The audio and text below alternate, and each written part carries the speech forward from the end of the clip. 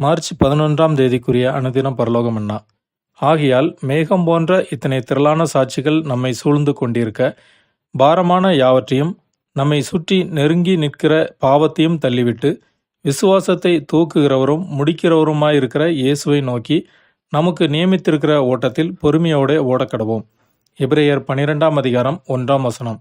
வசனத்திற்குரிய விளக்கம். மேலான அழைப்புக்குரிய பரிசை பெறுவதற்கு தகுதியுள்ள ஒவ்வொருவரும் அதை பெற்றுக்கொள்ள அதற்குரிய பாதையில் ஓடும்போது தங்கள் மனதின் அறையை கட்டிக்கொண்டு அந்த பந்தய பொருளை நோக்கி ஒருமுகப்படுத்தி ஓட வேண்டும். அவர்கள் தங்கள் முயற்சிகளில் பலமுள்ளவர்களாக தங்களை காத்து கொள்ள வேண்டும். தங்கள் வைராக்கியத்தை புதுப்பித்து கொள்ள வேண்டும். ஊக்கத்தை அதிகப்படுத்த வேண்டும். உலக ஆசை இச்சைகளை விளக்க வேண்டும். மேலும் அப்போஸ்தலன் சொல்வது போல ஆகாயத்தில் சிலம்பம் பண்ணுகிறவர்களாயிராமல் பொறுமையுடன் நமக்கு முன் வைத்துள்ள பரிசை எண்ணி நிச்சயத்துடன் ஓடி தங்கள் அழைப்பையும் தெரிந்து கொள்ளுதலையும் உறுதிப்படுத்திக் கொள்ள வேண்டும். ஆமேன்.